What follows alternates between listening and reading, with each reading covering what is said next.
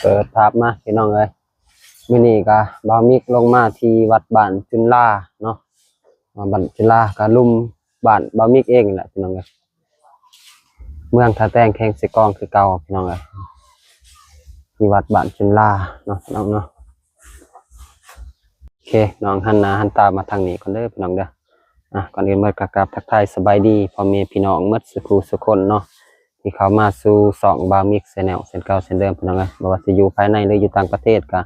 ยินดีต้อนรับเข้าสู่2บ่าวมิกแนลเนาะพี่น้องเนาะวันนี้ลงมาอนามัยผ้าตามประเพณีพี่น้องเอ้ยหรือว่าปีใหม่ปีละครั้งเนาะที่ได้เคยเฮ็ดมาพี่น้องเอ้ยแต่ว่าอนามัยถาดพอทำไม่เท่าแล้วปู่ย่านี่แหละแต่ว่า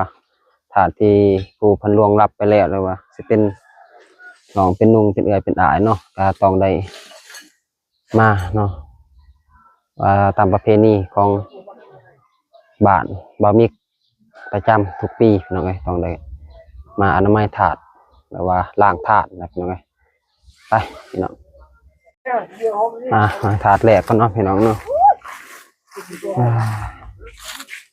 ถาดแรกก็จะเป็นถาดน้องทรายบ่าวมิกนะพี่น้องเอ้ยสบายดีเด้อสบายดีเด้อบ่าวแจ็คสบายดีเด้อสบายดีเด้อพอเด้อโดยนี่เป็นถาดน้องพี่น้องเอ้ยนี่แหละมากับพอแต่ว่าทางอ้ายทางเอื้อยบ่ทันเนาะมื้อนี้ก็มากับพอก่อนพี่น้องเอ้ยถ้าว่าท่านก็น่าจะมื้อนี้มาอนามัยก่อนเอาผ้าลงเนาะพี่น้องเนาะเป็นน้ำหอมมือเอากระดูกคอเป็นน้ำมือ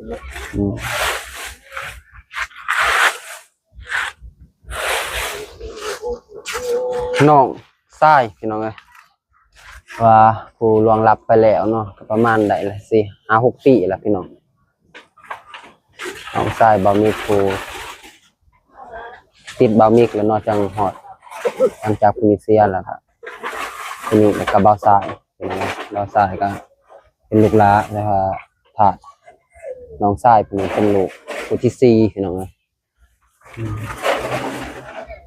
กันก็ได้ล่วงลับไปแล้วคือว่ามาอนามัยทุกปีเนาะน้องมอสิฮอดปีใหม่ก็ได้มาอนามัยปัดตี้บ่าวแจ็คปัดแล้วปัดแล้วอันนี้มีแต่มาอนามัยซื่อๆพี่น้องเอ้ยสงกรานต์มันสิฮอดสงกรานต์ก็สบายดีปีใหม่เด้อพี่น้องเด้อก็อยู่ดีมีแห้งเบิดสุขสุขคน FC ทุกท่านเนาะว่าสิอยู่ภายในหรืออยู่ต่างประเทศก็ขอให้ดินปีใหม่อย่างมีความสุขพี่น้องเอ้ยสุขกายสุขใจขอให้ปลอดภัยเดินทางทางใดก็ขอให้ปลอดภัยหลุ่มเย็นเนาะมวลซืนกลับบ้านปลอดภัยพี่น้องเอ้ย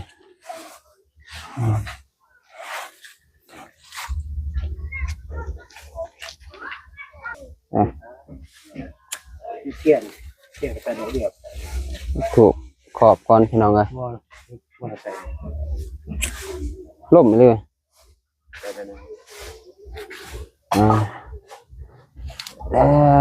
ที่ลงเลยยัง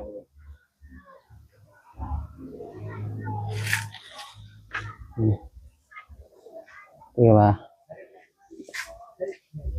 มาตามหิตามคลองพี่น้องเอ้ยมาอนามัยก่อนมื้ออื่นพุ่นแหละจังซี่เฮ็ด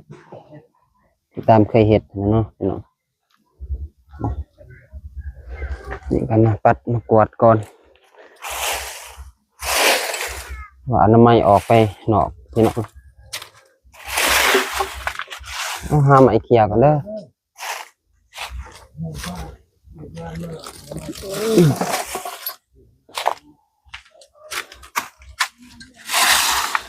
เสียไปกับหลายปีแล้วพี่น้องเอ้ยน้องทราย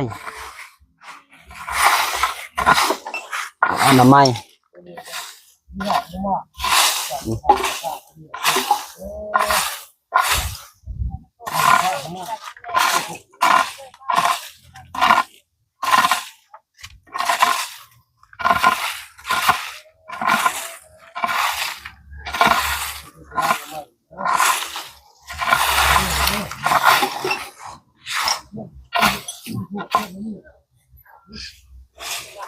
นี่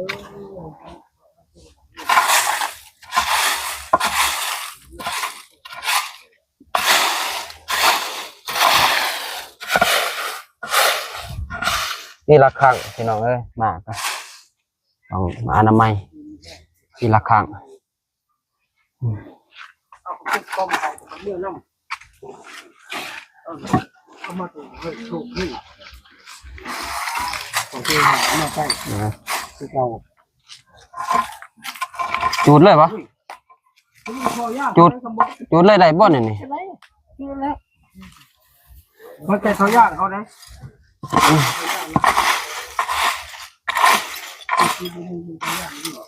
ถึงบอลเข้าทีมที่เหงื่อสามบอลนี่ก็เนาะ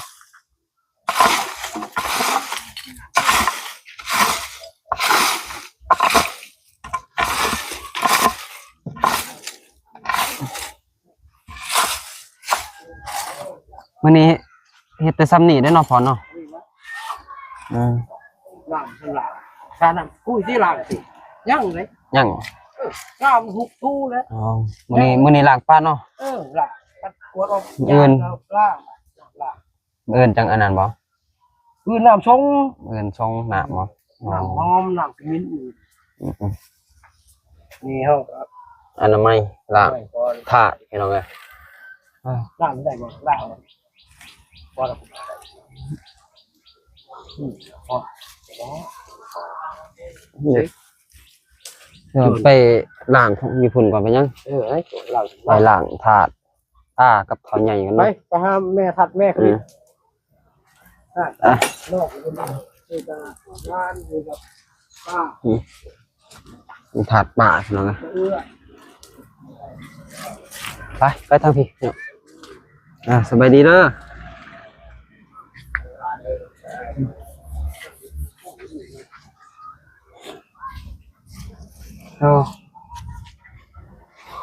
กะเกี่ยมเนาะวันนี้ได้บอลทรงน้ำผาบ่ตัว ดีไหมถ้าลูกกันแล้วเนี่ยนะ ยังตีที่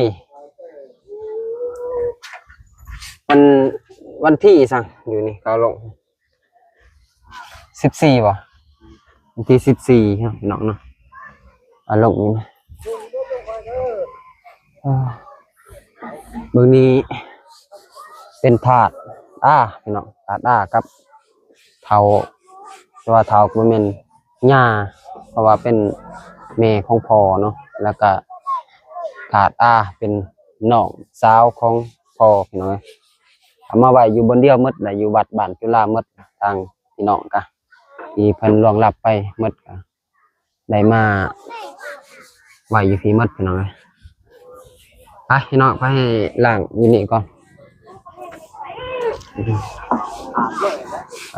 สบายดีเด้อสาวนิดเด้อสบายดีเด้อสบายดีเด้อล้างถาดล้างถาดแม่ พี่น้องเป็นปีละครั้งเนาะเอามาล้างปีละครั้ง มากับกองคนไทยได้ไหม สบายดีเด้อผู้บ่าวสบายดีผู้บ่าวยังโสดพี่น้องเลยขออนุญาตเด้อเบิ่งเอาน้ำพดเด้อเพราะว่าเป็นน้ำด้วยนี่ตกสบู่ก่อนบ่สบายดีตอนนี้ โดยสบายดีเด้อสาวลูกนาสบายดีคือกันเด้อเลยได้ซองตำซองมันเป็นจอกตำจอกมาซอยกันจังเลย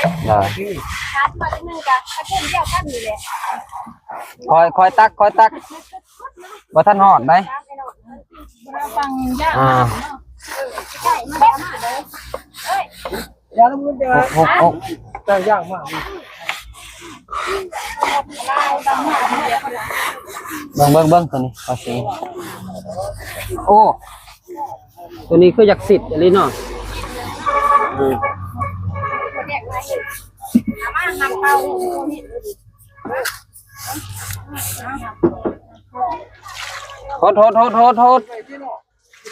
โทษ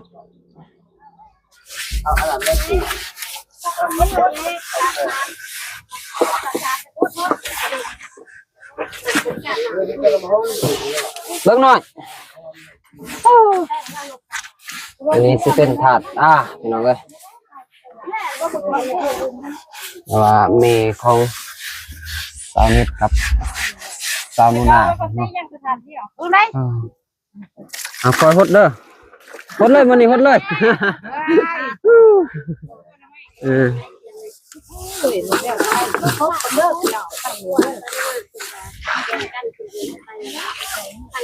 มึงนั่นละ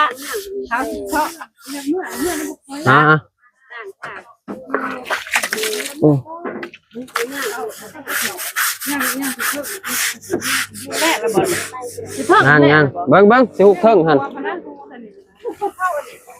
ใส่อันนั้นเลยขอบใจเด้อ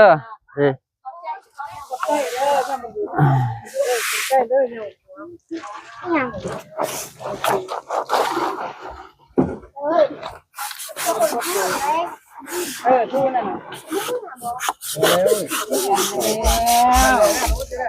โอ้หกลายบ่ได้เด้อหกลายเรามันร้อนนะคอยพูดก็ได้เมื่อก็มาพอไปไม่ได้บ่มือเอ้าไม่ได้บ่เห็นมาหลังไม่ได้แห้งด้วยทำตีหลังเลยเนี่ยไปจะไปดูตัวตามเลยต้องประเด็นหน้าดิแก้วมันหล่นควรจะว่าเงินควายหรือประชาหนังได้เหมือนประชาต่างประเทศได้ประชาใบโอ้วันนี้แล้วบ่ถึงยืดขึ้นแล้วนี่ให้ยืดบะหมี่กระซุงเบากี้กระซุงมีอย่างเอ้ยบางสูตรพุทธทองตะกุนนี้ทั้งเงี้ยทั้งเหงาได้ดีรองเท้าอาดลาด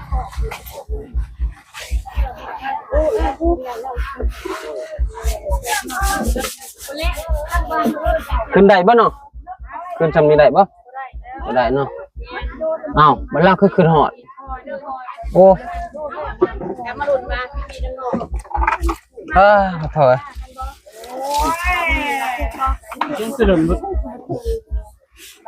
มันหอดดิคอยอันน่ะมึงละอันน่ะละอันเนอะ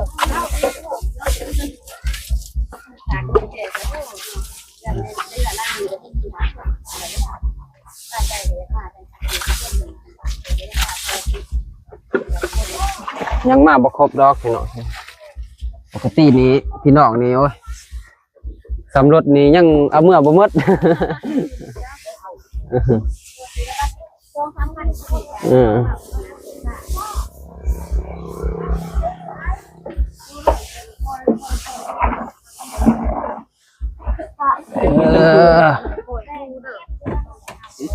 พริกไม่ยัง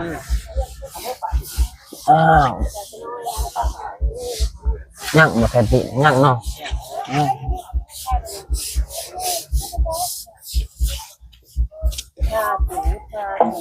ไอ้ฮุกเอาเลยเด็กๆเอาเลย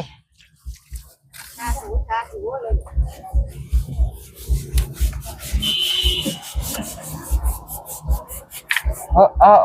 อ้ย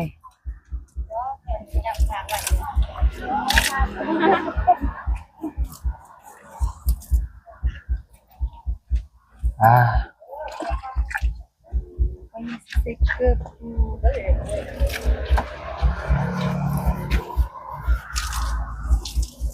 อเค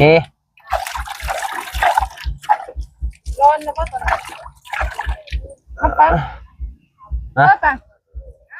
ร้อนแล้วบ่มาหุกนี่เด้อจากบาทดูแลแล้วพวกมาฮุกมาท่าซื้อมาหวานท่าที่เราจะเข้าไปหยิบเปื่อนอีกเอานี่น่ะกดกระไดซะตักยากเป็นแหล่จะเกลือได้สันเดียวผัด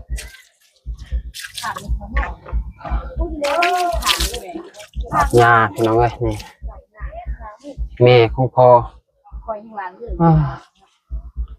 ปีละครั้ง จะล้างเลยจะถ้าเราว่าจะมีดอกไม้ดอกโตถ้าเราว่า ตักเป็นเล่นไป ทำหา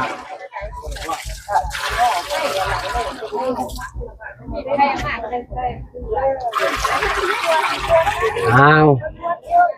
ของยาตลาดไปล้างไปตู้ไงร้านมาล้างถาดให้เด้อจะซุ่มให้เย็น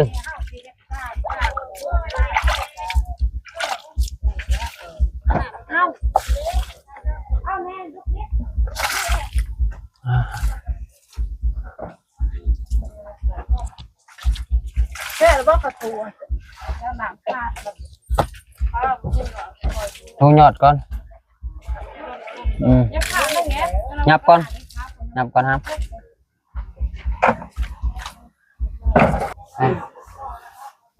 พี่น้อง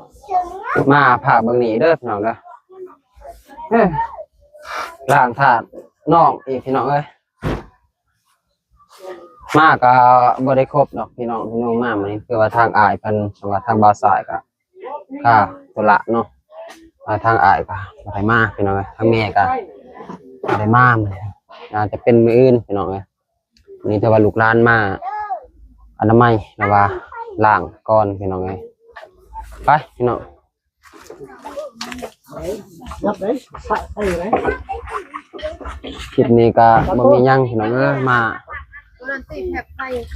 อนามัยซื้อล้างถาดนั่นแหละพี่น้องเอ้ยหดก่อนเด้อผมมีเย็นนะ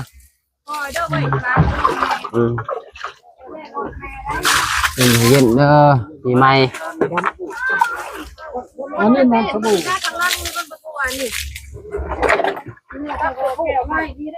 โอ้ทางนี้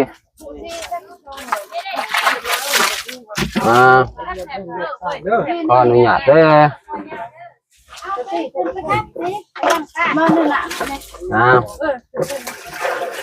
ตักน้ำตักคุณตักสาวดวงสวัสดีเด้อสาวดวงพี่น้องนี่สาวดวงจากสองสาวนูน่ากันมักทายตลอดสาวดวงพี่น้องตักถึงเลยทันใจเนาะ อยู่ใกล้สาวดวงคนงามมันได้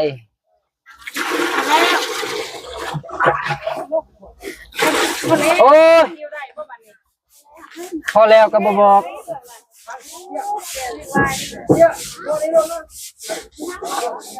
น้องชายบ่มีบ่ โดยนี่ผู้ที่สี่ว่าเสียไปแล้วก็โอ้แต่ปี2019นะพี่น้องเอ้ย 6 ปีเลยมันทันหอดมัน6 ปี อายุประมาณ7 ปีละ6-7 ปีแล้วได้ละ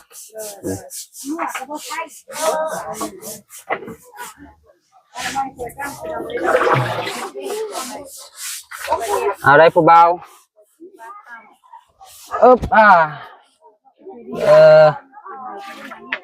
ล้างถาดล้างไข่ซุ่มให้เย็นเด้อใช่ นี่แล้วรังนี่กินมา เบาเตียงพี่น้อง ที่เรามาเสี่ยงมาเองบ่แม่นเนาะ โอ้ยสำนีเราก็มาแล้วโดยสุดโปรดได้พี่น้องเอ้ย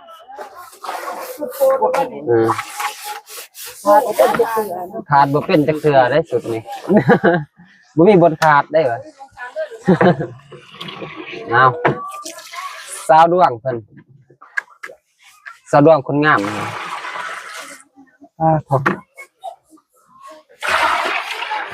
เอาแล้ว ก็มาเชฟอยู่นี่เป็นร่างวัดร่างนี่เลย อย่าว่าจังสันพี่หมอ หลายคนเยอะเหมือนกันนะดูอนามัยค่ะแม่คือมาเข้าเลยเนาะใช่เบ้าสิ พอชาดแล้วเลยของนี่ไปแก่แต่ เป็นบอลเขาทีมขี้เหงื่อบอลนี้เนาะคือบอลเขาทีมขี้เหงื่อเด้อ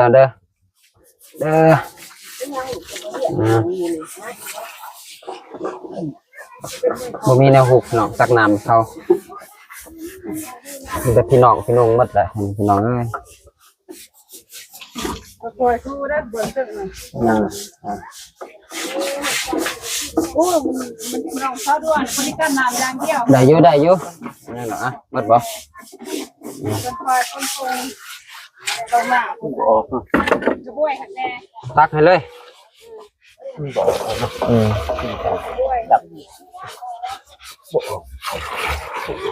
ลายปีเลยเด้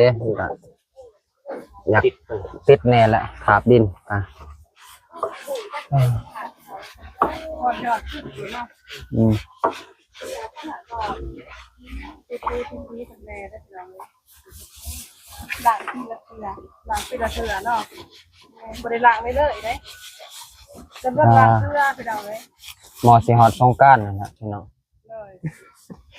ถอยได้ทู่นากันบ่ได้นะ ทู่นาผู้บ่าวนี่ ต่อไปคือเราบิ๊กเนาะ โอ้ย ข้าเลิกอยู่แล้วข้าตลอดเลยก้างผู้บ่าวนุ่งไปเอาเลย ผู้ที่สี่ แม่นผู้ที่สี่บ่าวนุ่งคนกับท่านจ้ะ อืม เลยบ่มีจัดการทางสี่ก็ได้บ่าวนุ่งกับครอบครัวเป็นไงถ้ามีเวลาเป็นคน อ่า เป็นเรื่องมาก เอาอยู่ไกลกะเฮ็ดก่อนเนาะ เลยบ่บิ๊กมันอยู่กับบ้านไม่ได้เลยมาทำไมไม่ก่อน นับก่อนเด้อหดก่อนเด้อหดก่อน จะกดมูดิ มันฮ้อนเออ น้ำพ่อน้ำจั่วมาหดหายเด้อ มันฮ้อน แล้วจะคุยนะความจวงของเรื่อง อ่า ทุกระบาดสติเลย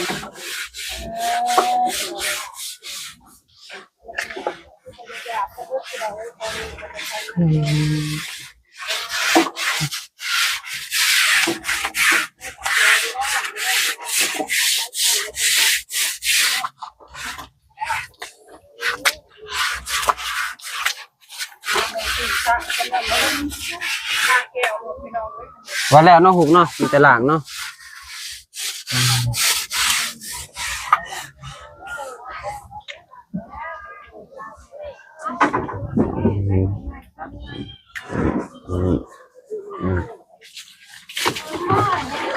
หดเลยเด้อ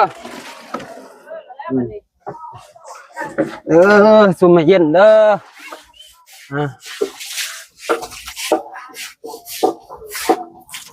หลานผ่าซุ่มให้เย็นเลย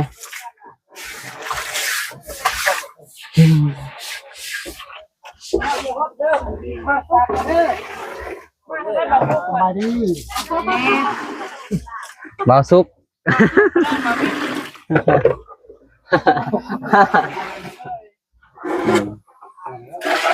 ไปเบิ่งฝุ่นอีกเด้อ ดุหน่อยซึมเท่าหลดหน้าด่วงอ่ะ ฝุ่นหน่อยชุ่มเบ้าหรอกมาทางนี้อีกพี่น้องกั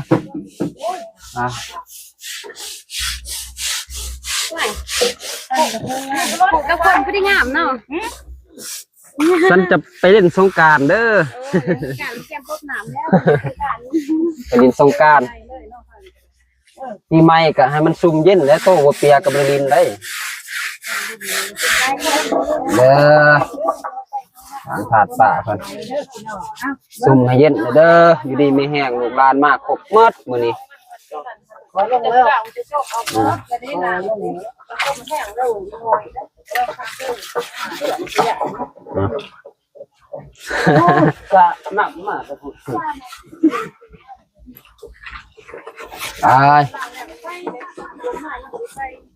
เด้อซุ่มให้เย็นเด้อ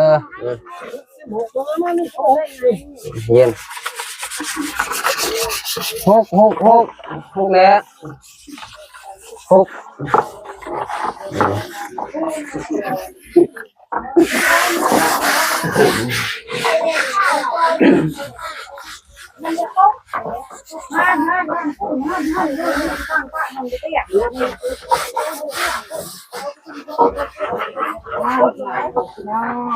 เด้อจุ่มให้เย็นเด้อ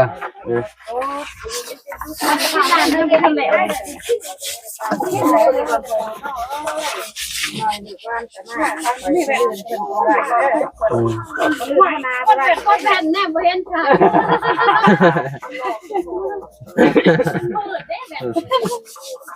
รอพ่อจ้า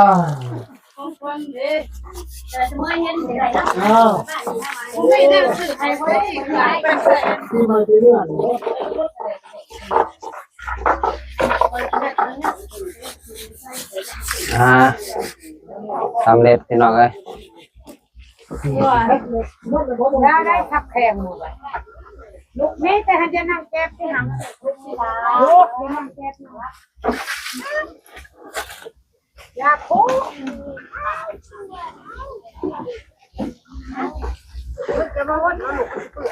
ต่อนี่ก็จะเป็นวัดใหม่เนาะพี่น้องเนาะแต่ว่าเป็นวัดบ้านจุฬาแต่ว่าพระอาจารย์เพิ่น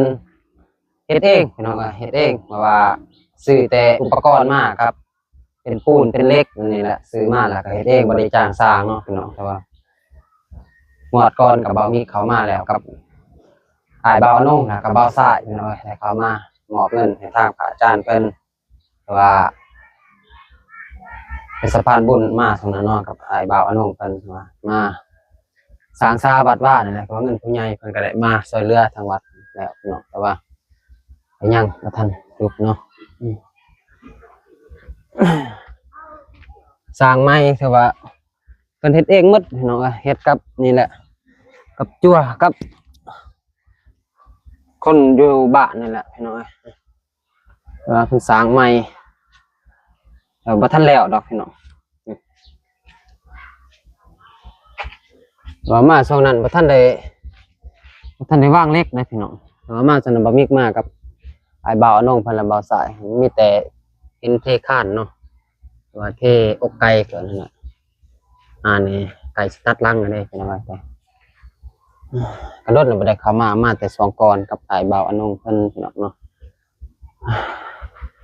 โอเคพี่น้องคลิปนี้บ่าวมิกก็สิได้ขอตัวลาเนาะหรือว่าสิได้จบคลิปไปก่อนพี่น้องมีแต่ไว้พอๆปั้นคลิปหน้าก็ขอโทษขออภัยหลายๆเด้อพี่น้องเด้อที่บ่ได้ลงคลิปมาก็เนาะก็ขอโทษขออภัย FC ทุกท่านด้วยผู้ใหญ่ใจบุญทุกท่านเนาะขอโทษขออภัยแล้วก็ขอบใจ FC ทุกท่านแล้วก็ผู้ใหญ่ใจบุญที่ติดตามบ่าวมิกมาตลอดเนาะโดยให้กำลังใจเบิ่งคลิปบ่าวมิกแต่ต้นคลิปจนจบคลิปเนาะก็ขออวยพรให้ FC ทุกท่านหรือผู้ใหญ่ใจบุญเนาะจงมีสุขภาพแข็งแรงปรารถนาสิ่งใดก็ขอให้ได้สิ่งนั้นให้สมดังใจปรารถนาเถิดเงินคำไหลมาเทมาเนาะอย่าเจ็บอย่าจนเฮงๆปังๆเนาะร่ำรวยคลิปนี้บ่าวมิกก็สิได้ขอตัวลาก่อนพี่น้องไว้พบกันคลิปหน้าคลิปนี้ขอกล่าวคำว่าสบายดีเด้อบ๊ายบาย